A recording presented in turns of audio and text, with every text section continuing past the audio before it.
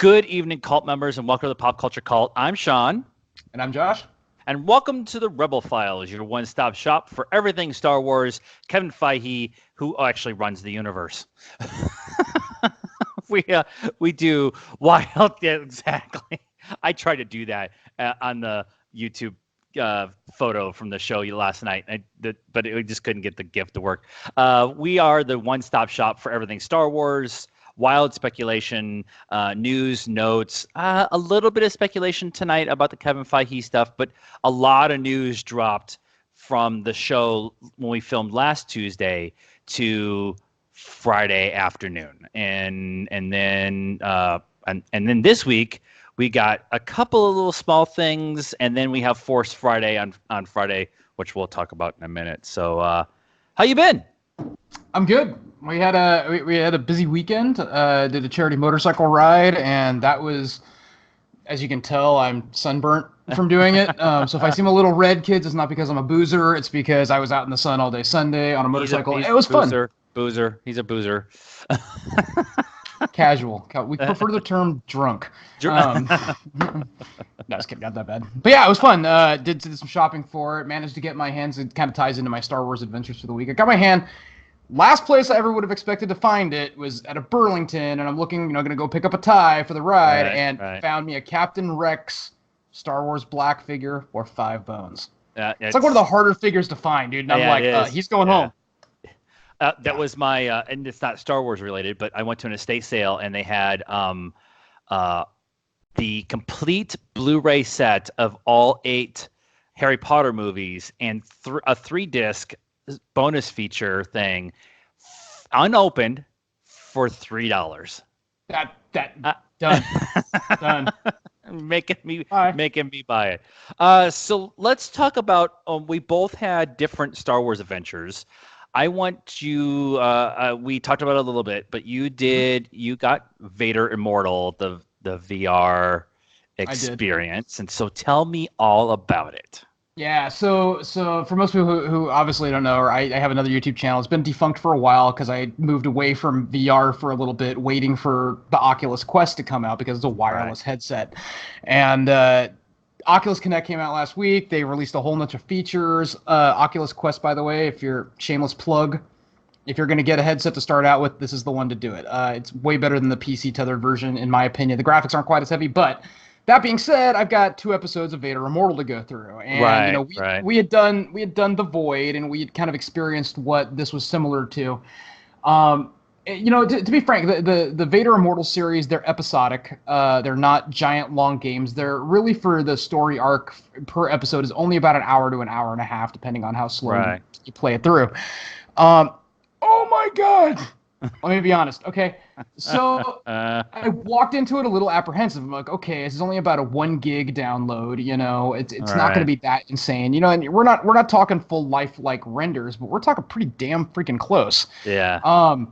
So I'm not going to give too much away for the game because I want people to actually go experience it for themselves. But the storyline kind of takes you back into Mustafar. You don't start out on Mustafar. You start out actually on your ship with your droid, who's kind of a smartass. Because droid. Right, because droid. And you go through it. There's some puzzle things that you have to do. There's switches. There's opening things and doing different type of stuff.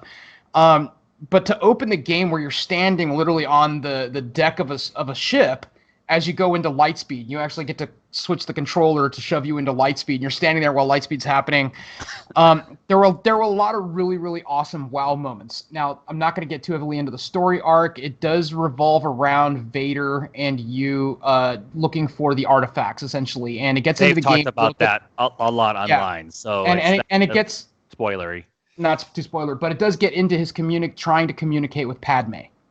And you actually witness him attempting to communicate Padme. Cool. Now, that being said, when you first encounter Vader, it's nothing like what they've shown you. It's absolutely nothing like what you've seen in any of the trailers for the game. Vader is actually standing 2 feet in front of you, talking to you. Now, the trick with this is, it's virtual reality. So you have full 360 degrees. Stormtroopers have got, blast techs in your face. Right. And Vader is imposing. Oh, yeah. It's actually the first time you can kind of experience that whole he's up in your face talking, and you get the sense of height as he's sitting over you, and it's imposing. The lightsaber combat is addicting. There's a lightsaber training where you get to fight droids, you get to fight trainer balls. Everybody they shoot back said at you. that. Yeah. Everybody It's a said little that. clunky. It's a little clunky. Yeah. However, that being stated, it's stupid addicting. Yeah. So definitely well worth the money. It's been a fun romp. I got to go do episode 2 now. Definitely worth the investment just for the wow factor in some of the scenarios in it. And I was pretty impressed with it. That's cool. That's really cool. I've only seen. I haven't known anybody who's actually played the game, but I've watched a bunch of stuff online and YouTube. And when it was first coming out at Celebration and stuff like that, and they were doing a lot of. Everybody was kind of trying to do their talk about it and stuff like that. So it's cool to hear somebody I know who's into the VR, who's into Star Wars, say, "Yeah, it was pretty cool. Definitely worth it." So, I think we're gonna have to come over, and I got to see the new place anyways, and Yeah. let me. Hey, play the best it part about it is even not. It's portable. I can actually take it with me. And right. So I'm interested to see what the season 2 is like. That comes out. It's already out. Is it already out? I was gonna say I didn't know if it was. Episode 2 dropped last week. Or was it last week? Okay. I know it was in this time period where everything is starting to come out for Triple Force Friday and all the stuff in November and everything. So I was really interested there. So my multiple layers of Star Wars Adventures. I actually did. I'm about chapter and a half away from the end, Alphabet Squadron, and it's been really good. I don't know if I'll do a review of it. Maybe next week, by the time we come around, I can do a little bit of a review. But it's been good. I've really liked it. It's been kind of hard because I've been going back and forth with that and a couple of podcasts and stuff like that. So my interest is there, but I'm not as like I did Thrawn in like a day and a half. And this is now week 3 kind of thing. So it's I don't know if that's good or bad, but that's kind of where I'm at. Like my big Star Wars adventure this last week was the 2.5 hour infomercial that Freeform had for Galaxy's Edge on Sunday. And I, like a little girl, like sat and watched like this for the whole 2 hours. And it was just, I was already struggling wanting to go to Galaxy's Edge and do everything. And then I watched that, and they had Neil Patrick Harris and Chloe from the Priceline commercials and from Big Bang Theory. And not Chloe. It starts with a K. I can't remember. God, I can't remember her name. And Peele from or Key from Key and Peele. Keegan-Michael Key. Yeah, was doing stuff with Neil Patrick Harris, and they just went to all the individual shops. And I've watched a bunch of stuff when Galaxy's Edge had just opened, and I thought it was all really cool. But this was a kind of a more high def. But the only way I can kind of explain it, high def version. So you got better photos, better videos. You got to do a lot more of the back behind the scenes stuff. And they had Matt Martin on, and they had Doug Chang on, and they had people who were directly involved from the story group and the group who built the story for Black Spire and the authors and the guys who built it, and all. So it was all kinds of that kind of stuff, and it was so cool. The 2 big things that I got out of this was 3. I'm going to spend a shit ton of money in this place, which was a known thing. 2, they did talk about the hotel thing for a minute, and that's the first time that they actually seemed like they didn't give a whole lot of details, but I felt like that was much more of a, this is actually coming. This is what you're going to be able to do, a little bit more in depth than what we've had in the past. About, yes, you'll be interacting with characters, and you will open the window, and it'll be space, and it will, you'll be fully immersed in this thing, and that was really cool to kind of see that. And then the last thing was they did a proper walkthrough of Age of Resistance, which is opening at Orlando in December and Anaheim in January. I think I get those two switched. Yep. And like you go you go walking into a room and there's 50 first order stormtroopers standing there. Yep. And it's like super intimidating. And they showed them recording Daisy Ridley as Rey, giving the orders, and Poe and Finn, and how they actually shot the scenes that you're going to actually see and interact with on this ride. And oh, by the way, it's like 15, 20 minutes. And it was just like 10.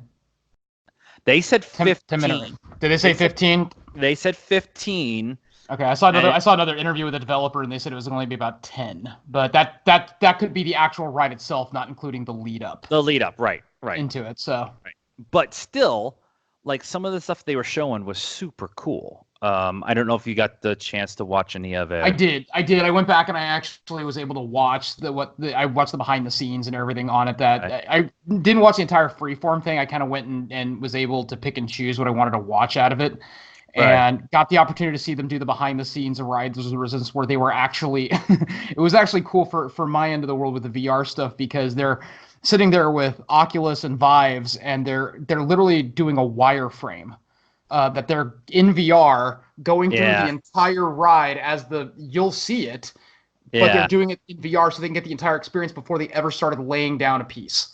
And for me, that was one of the cool things about the technology that I saw. But I mean, we've had this conversation. I mean, I've been more stoked about Rise of the Resistance as a ride than the Millennium Falcon and the Kessel Run. I mean, I love the Millennium Falcon. Do not get me wrong. I'd be a nerd and a fanboy while I'm on it. But the experience of Rise of the Resistance with the giant, the scale of the sets that they're doing for it, the animatronics and everything else. Like, dude, this is going to be cool.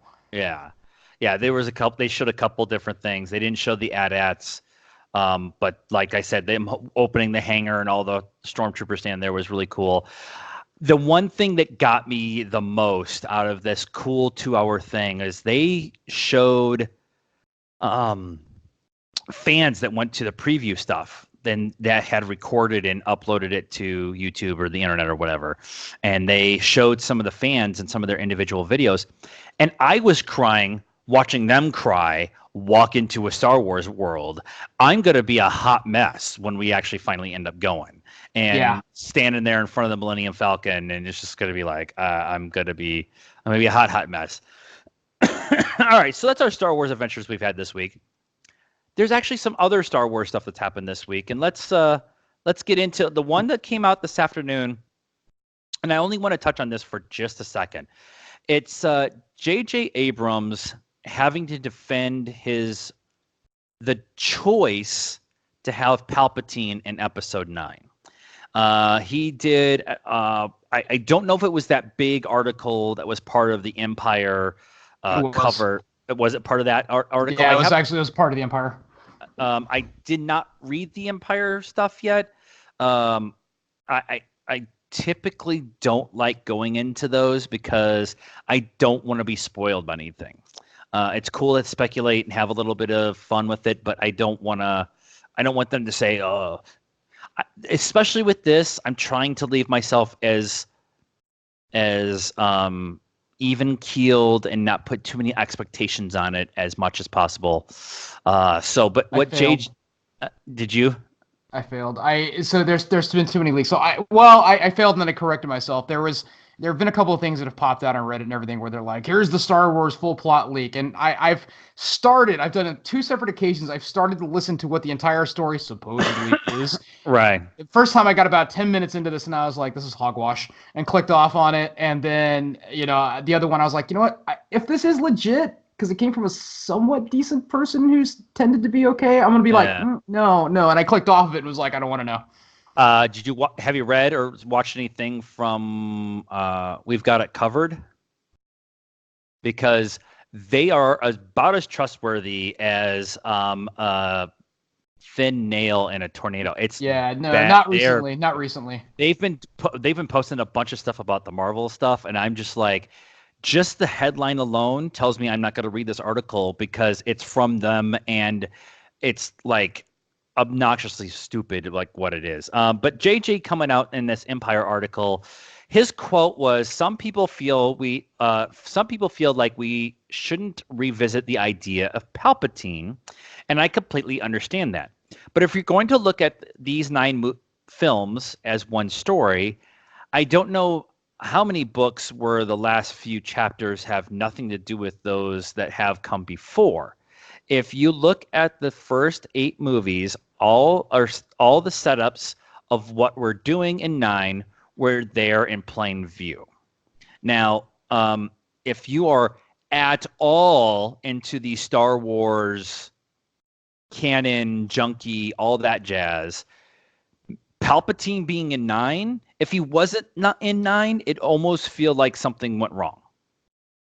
There's too much stuff from Operation Cinder and all of his clones, and there's just too much there. I don't know why he has to justify himself, but it's the internet, and Ryan Johnson had to justify himself for his decisions still, and so I don't know. You have any thoughts?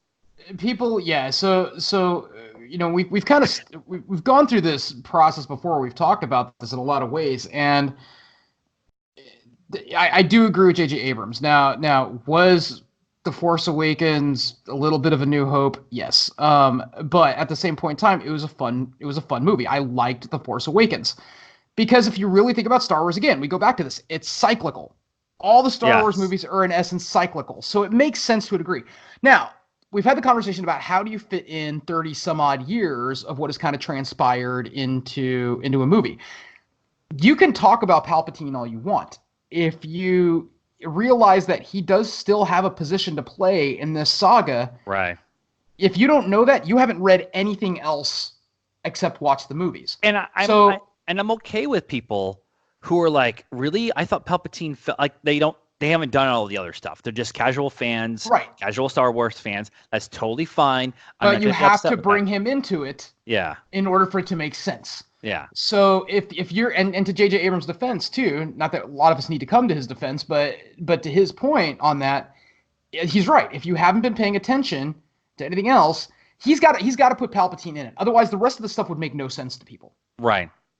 It would make no sense. There's been too many clone illusions. There's been too much buildup, and the entire saga. Everyone's like, it's the Skywalker saga. No, it's the Palpatine Anakin saga. Yeah, that's why I feel like Anakin will be in at least one important scene in Rise of Skywalker. He almost has to. The story has been the Skywalker saga and the legacy and stuff.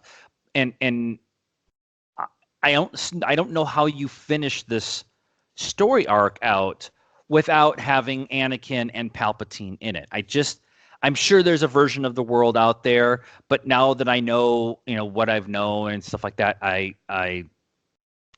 there's no version of this world this coming to an end without them in it. Now, there was a story from Bob Iger's book that came out that said that George was disappointed they didn't use his treatments, and they've talked about how they went into the midichlorian and stuff like that. The way George told his story, I just don't know how that would have worked for the sequel trilogy.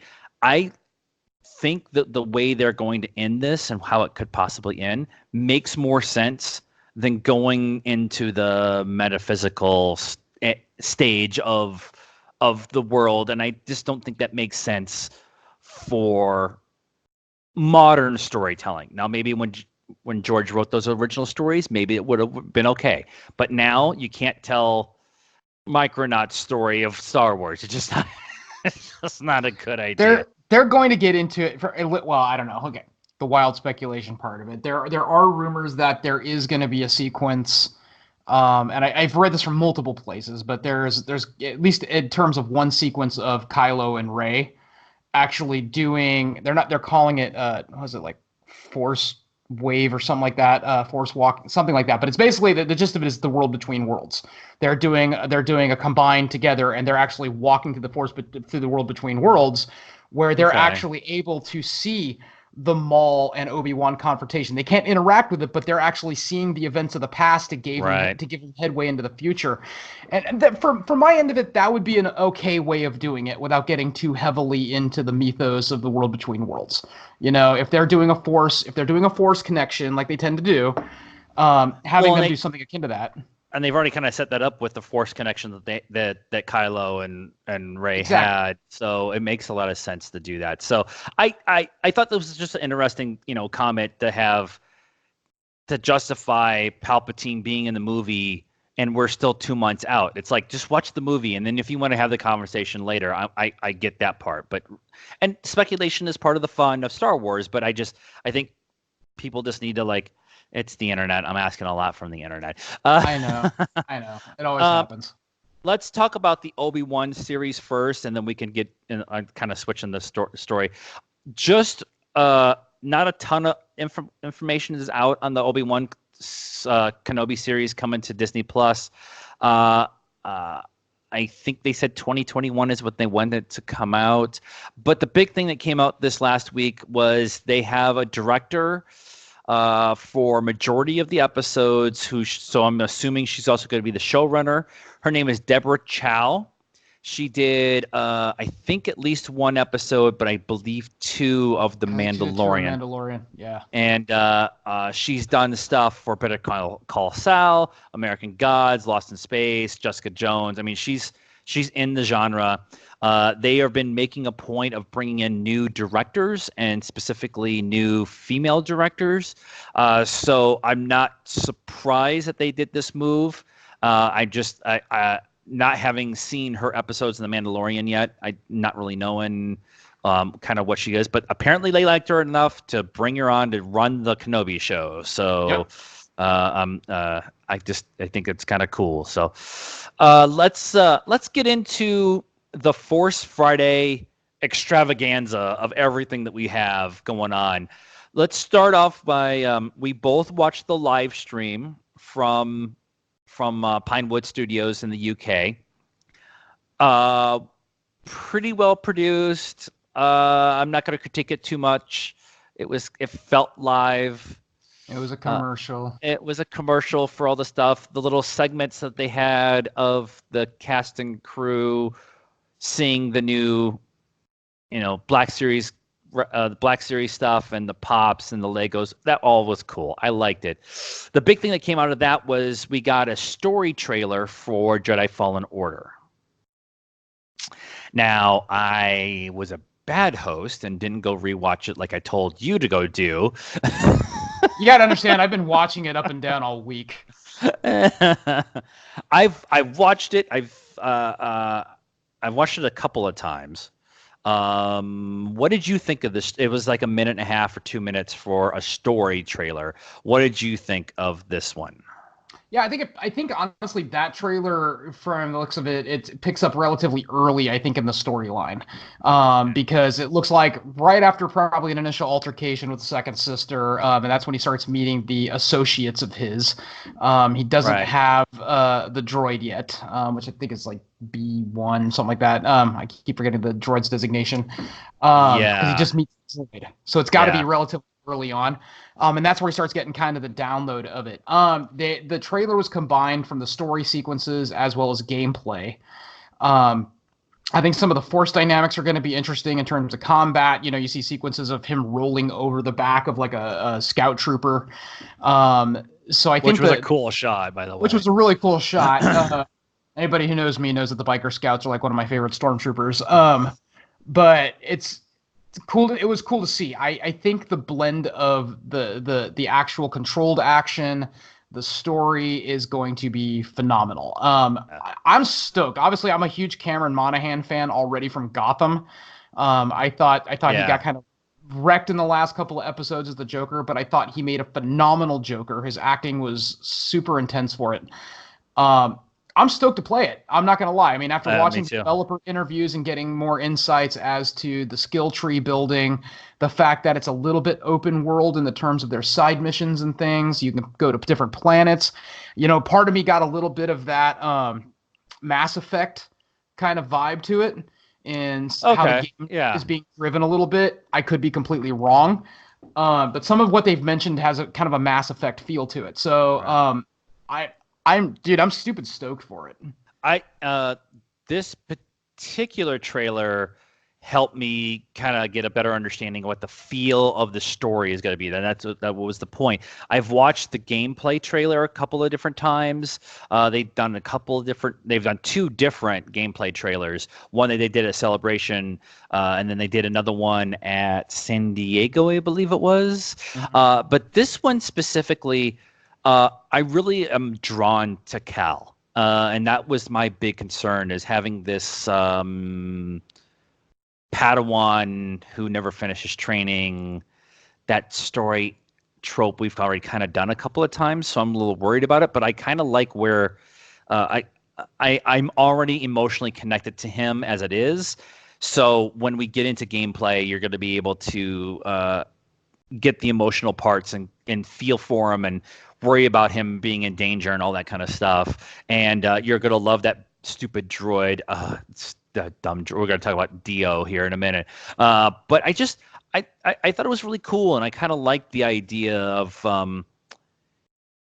the people his associates, like, coming to a trust level with them and being able to say, yeah, I'm cool with telling you who I really am.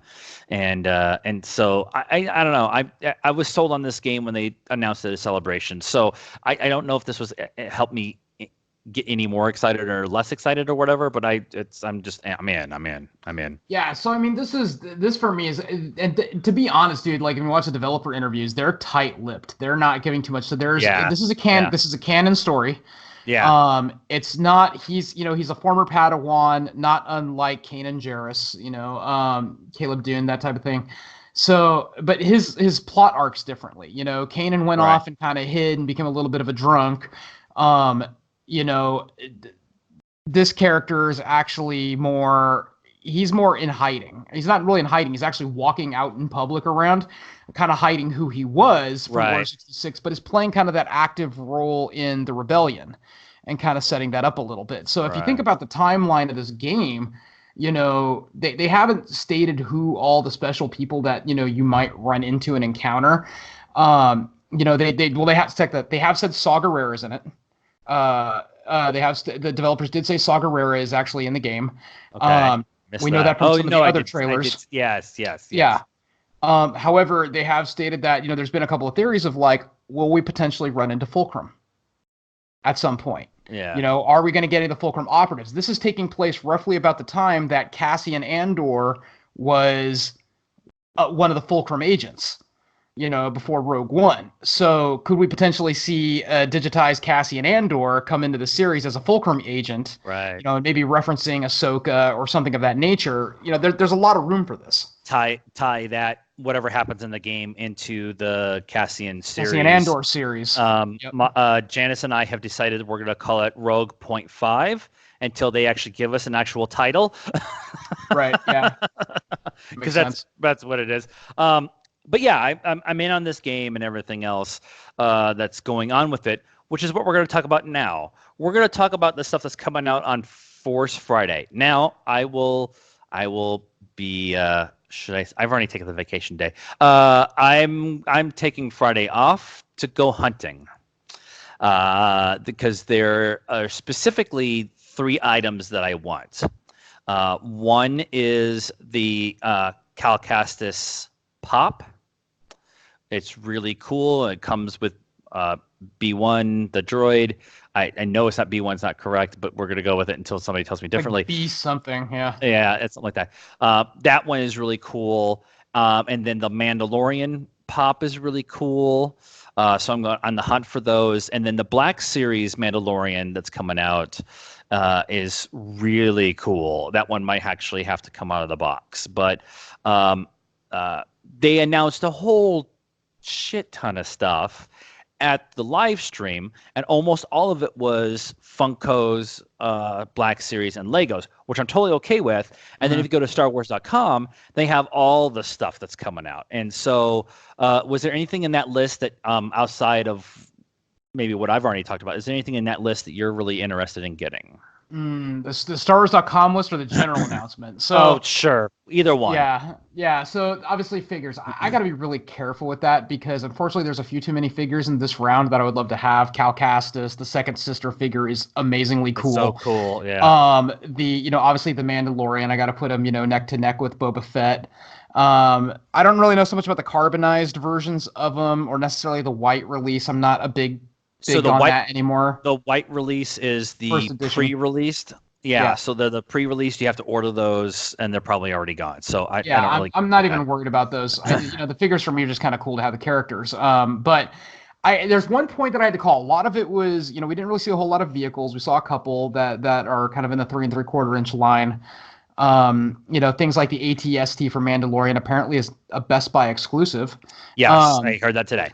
The thing that I got really, really stoked about, and I love watches. I'm a total watch guy. But usually in the last couple of releases of any Star Wars line, the watches have all been done by Nixon, which is a skate company. So the watches I have a Nixon watch. So. Yeah, I have a Nixon. So they're like high-end or Corturalist type watches, but they're good watches.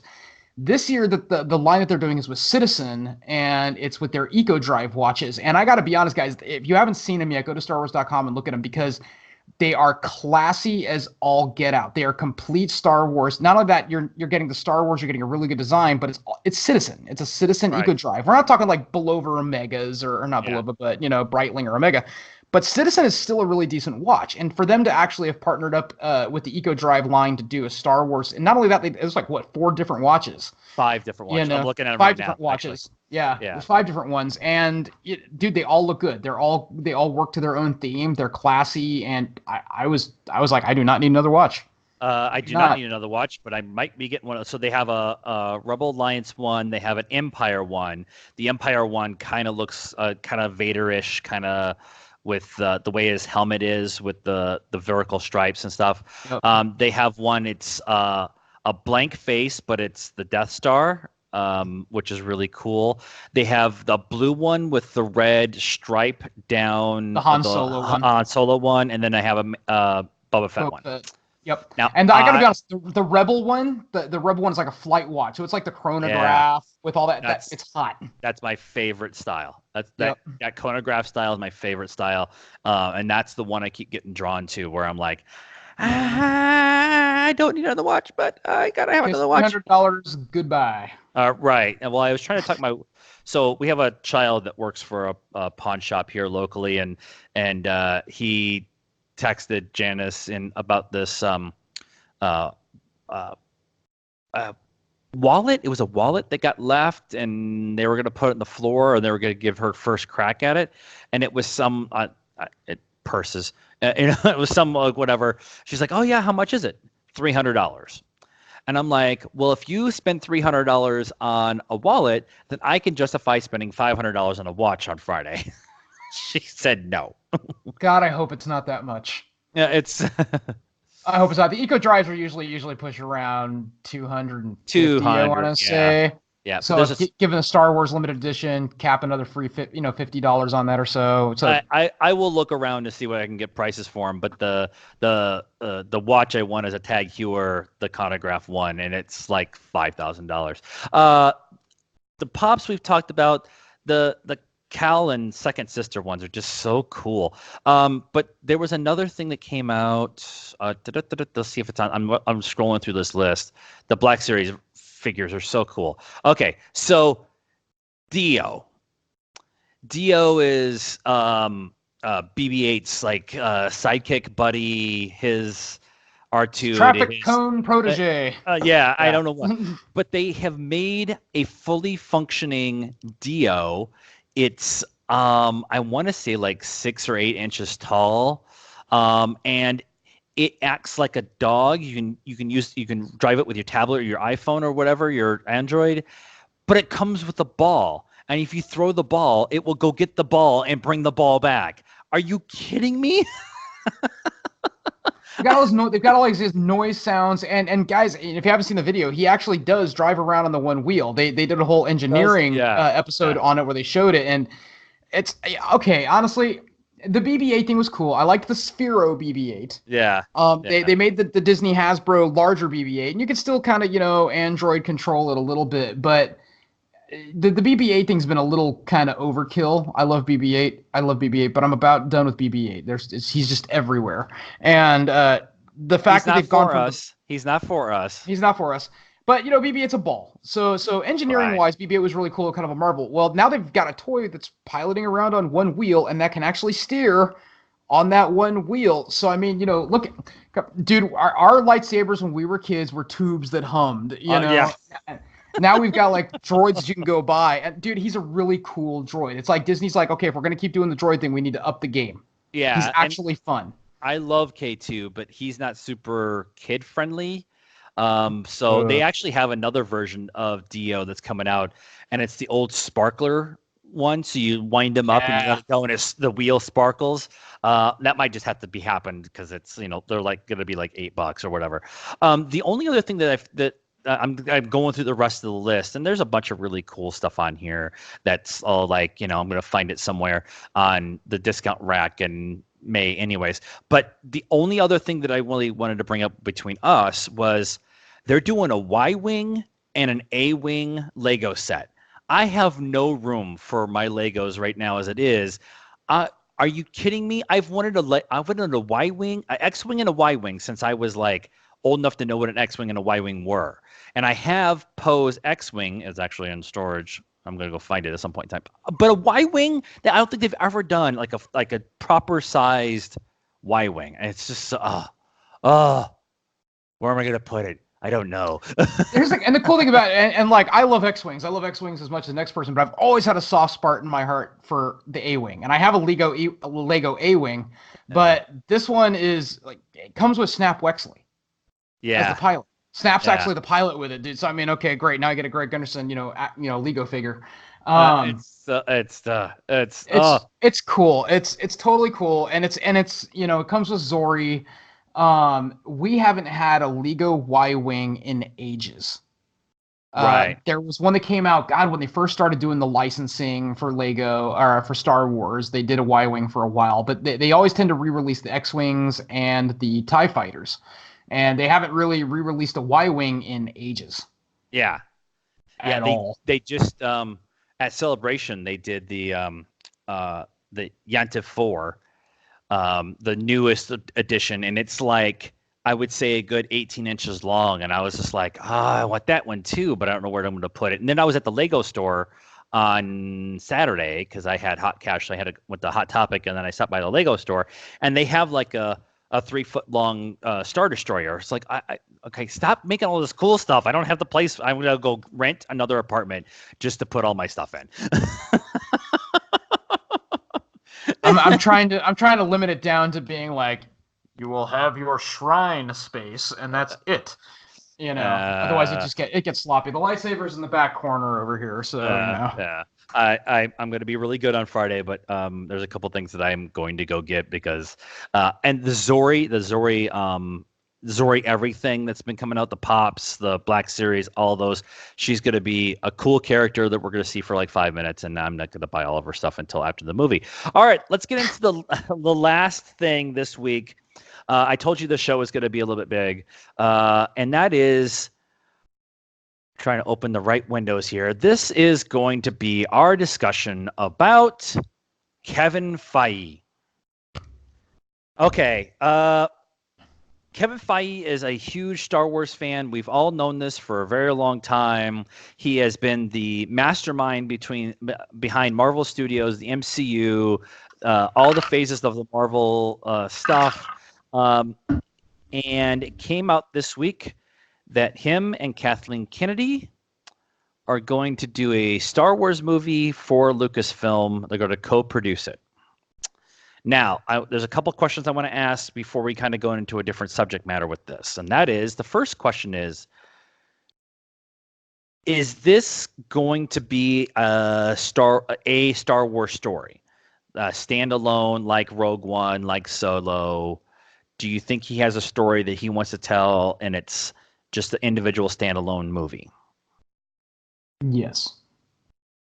The only reason I say that is because they've already got 2 directors at this point who are already tapped for trilogies. Rian Johnson and Benioff and Weiss are tapped. I mean, not directors, but they're writing. At least Ryan's writing and directing, to my understanding. Yes. Working on it.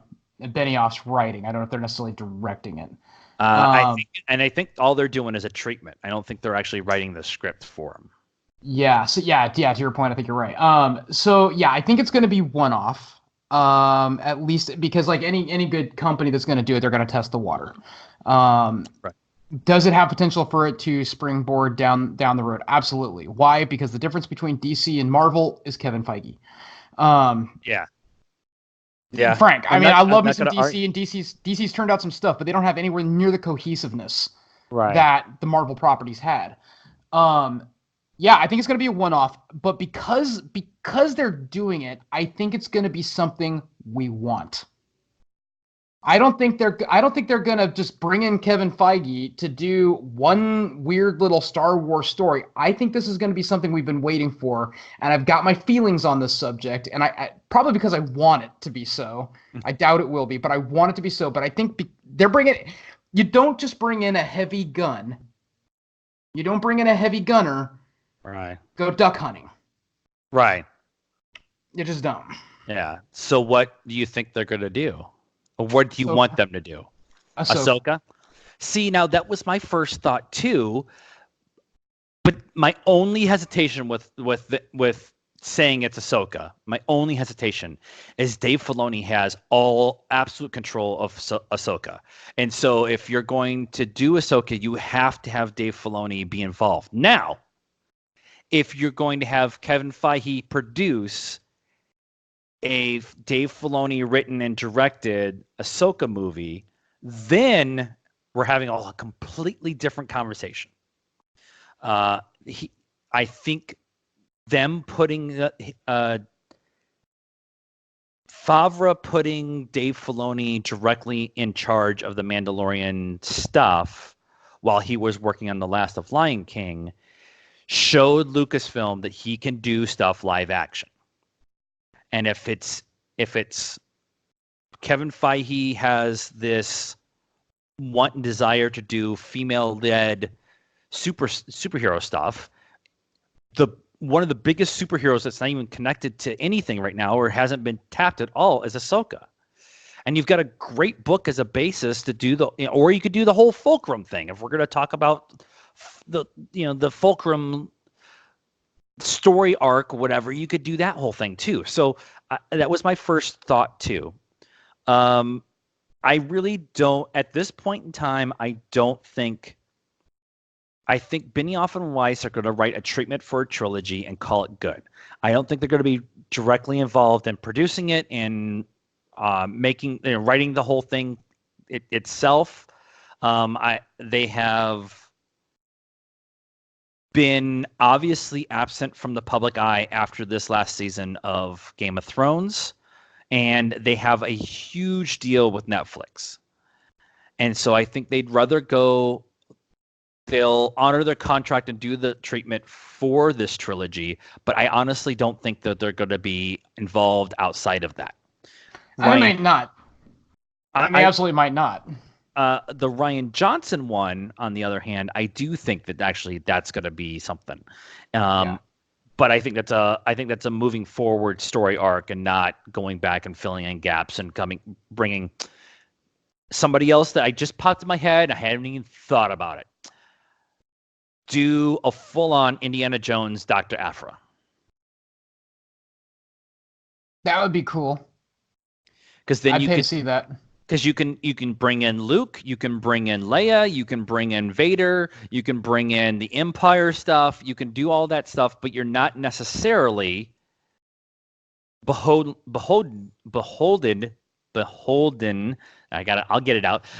To those characters. They can be cameo characters and actually tell Dr. Aphra's story and do a full-on Indiana Jones, her going after some Sith relic, the Kyber crystal that Maul keeps trying to go after in Rebels. Yeah, they could. From the business side of it, I don't see that being as viable. As much as I think it would be fair. absolutely 100% cool to see, at least within like the Star Wars story type, the one-offs. I think that would be dope. I mean, it's a Dr. Aphra's a phenomenal character. She's a great character. She's a great character. So I think absolutely. I think it's right in their vein of movies that they could do to do an Indiana Jones type Dr. Aphra adventure. And I think they should do it, to be honest. Right. There's enough of us out here who would love to see it. I don't think bringing like Kevin Feige into it, I don't think that's going to happen. I think and again, it's all conjecture, kids. I think Feige. No, it's real for me. God damn it. Yeah. Eric's saying, I think he's going to be brought in because I think if him and Kathleen Kennedy are going to co-produce a movie, then I think it's going to be something big. I think we're going to see something that the fans have been waiting for. I think could possibly be I want it to be Ahsoka. This could also be the Boba Fett thing that we've been waiting for. They might be doing that as a one-off because Feige, if somebody's going to give a character justice and work, heavy on the canon, then he's got the guns to do it. The other things that we also have to consider is we have unfinished stories. We have a lot of loose ends hanging out there. We still have the Ahsoka and Sabine post Rebels thing hanging out there in limbo. Oh, I even think about that. Yeah. Yeah, we still have the Ahsoka Sabine story that's hanging out there in limbo. We still have have those questions like we talked about earlier, like what happened to Barriss Offee? What happened to some of these other characters, where's Thrawn and Ezra, and I think they'll probably tell the Thrawn and Ezra story if they tell the Ahsoka and Sabine story, because that's kind of how they left it hanging. Yeah. So it could be related to that. I don't know. I can't tell, but I think it's going to be something major, especially I think you were mentioning at one point where they were talking about he's got his eye like on a major Hollywood. So in the article that I read, and I read it in a couple different spots, was Kevin Feige has said he has already talked to a major MCU actor. So, and then Twitter was all a rage about who that could be. Windu! Sorry. All right. I had to crush some people on the whole. It would be really cool to have Samuel L. Jackson in Star Wars. Okay, I'll say it. Cursing is coming. Motherfucker, he's Mace Windu. We don't need a Mace Windu movie, kids. I love the man as Mace Windu. I love it, but let Mace Windu die. The comic is supposed to be really good, and I haven't gotten to it yet. The people who put their hands up first was Brie Larson, who posted a picture of her in Jedi robes at Galaxy's Edge with her arm around C-3PO. You can't do that to the internet. And the other one was Chris Evans. So it's very interesting if you're gonna do some kind of Ahsoka story, and have Chris Evans be in it. It's really easy to go down that path and say it's going to be this, and this, because this is what makes the most sense. In the grand scheme of things, though, we won't know anything about the Kevin Feige itself movie until probably not until after Celebration. I told Janice when they announced this that when is the line for the panel lottery begin for Celebration next year? Because I want to be in that panel. Because I want to be in that panel. I'm going to be in the Mandalorian panel. I want to be in the Kenobi panel. I'm going to put in for all of them. But that one, the Futures panel, whatever they end up calling it, where they're going to announce all this stuff, because I feel like they're going to push for Rise of Skywalker. They've already been pushing the whole time about this being the end of the Skywalker saga. They're going to pause, let everyone enjoy everything, enjoy the Disney Plus stuff and the books, and then at Celebration next year, they're going to come out and say, okay, here's the future of Star Wars. Yes, we're going to go back and fill in some gaps with the Cassian stuff and maybe some stuff that happened after the Clone Wars and stuff like that. But then again, they're going to start moving forward. And so that's what I think of the Rian Johnson stuff could end up going. There's a question in here that has been asked, and I'm going to ask it. Janice and I talked about it a little bit last night, but I want your opinion.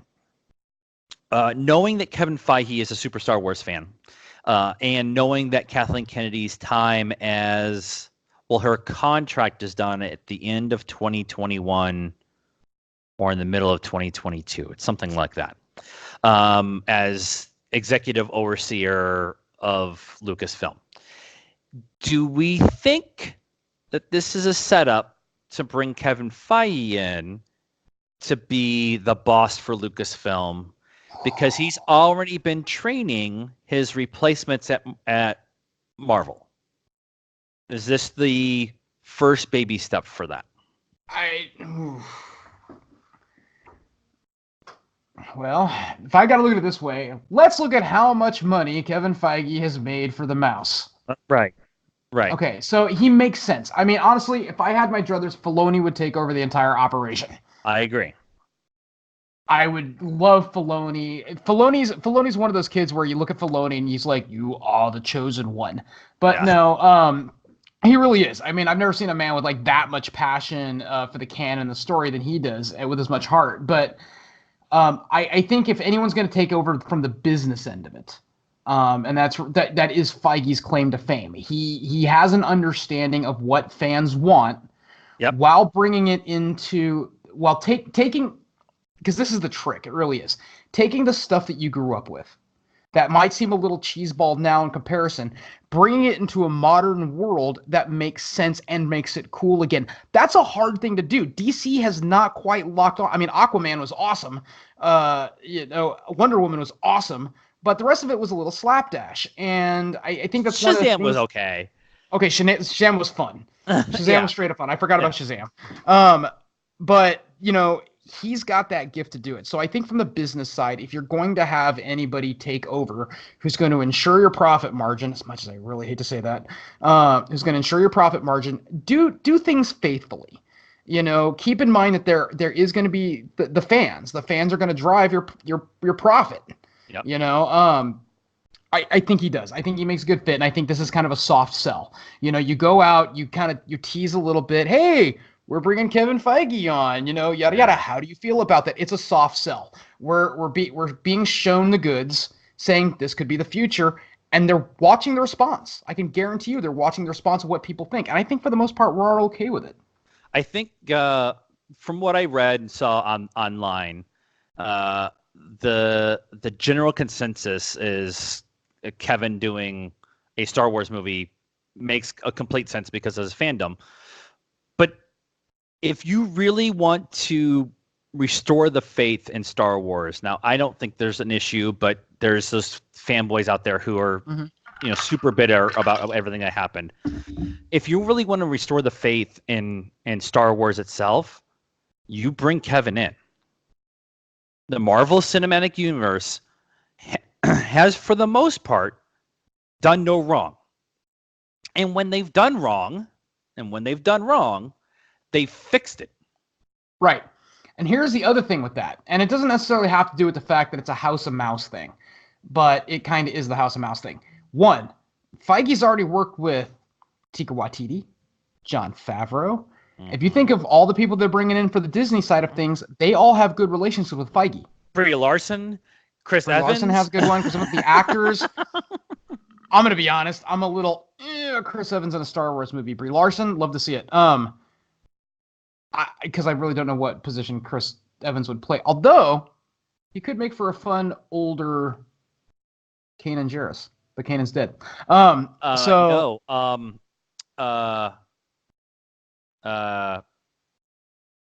The guy from Rebels who was in Imperial, who ended up being Fulcrum for a while. Callus. He would be an interesting Callus. It would be. Yeah, so I mean, there's a couple things you can do. Throw the beard back out and let the chin stuff kind of just stay flat. And he could do the Imperial kind of thing. You fake a British accent, That could be fun. Yeah, so I mean, not to drag. I cast the movie that's not even happening yet. I know. Here we go, kids. Treatment by Sean. Like that's never happened in the show. Right. Yeah. So no, I think we're actually hitting right on the head. I think it is a soft sell. I think if they do bring him in, I think he's going to do it some justice. He's obviously got a passion play for it. He works well with the people who are already producing and directing and everything else. I think if you're going to do a power switch, I think it makes the most sense. Yeah, I agree. 100% right there. I agree. So I guess that's it for this week. We've gone an hour. So, and we kind of skimmed through some stuff. I will be going out, like I said, on Force Friday and doing some shopping. I will be recording some of it, and I will be posting it on my hunting and seeing what I come across and stuff like that. I really like the toy hunting videos when people post them, so I'm going to try to. I'm going to do my best attempt at one this weekend, and to see how that goes. And any excuse to get out of work, because I have like. I'm trying to do math. That's 1, 2, 3, 4. I have 5 weeks of vacation time right now. I tried to take Friday off. That didn't work. I ended up having to work on it. So no, I feel you. So yeah, be looking for that. But anything else you want to talk about this week before we get out of here? Nah, man. I think we've beaten this week's news into the dirt. Hey, there was news this week. Yay! We should have saved some for next week. Oh well, we'll figure out something. So do all this stuff. Like this video. Leave us a comment on your theories about what the Kevin Feige movie is going to be. Tell us what you're looking for on your Triple Force Friday hunt, and also subscribe to the channel and do all that stuff. I guess until next time, I'm one with the Force.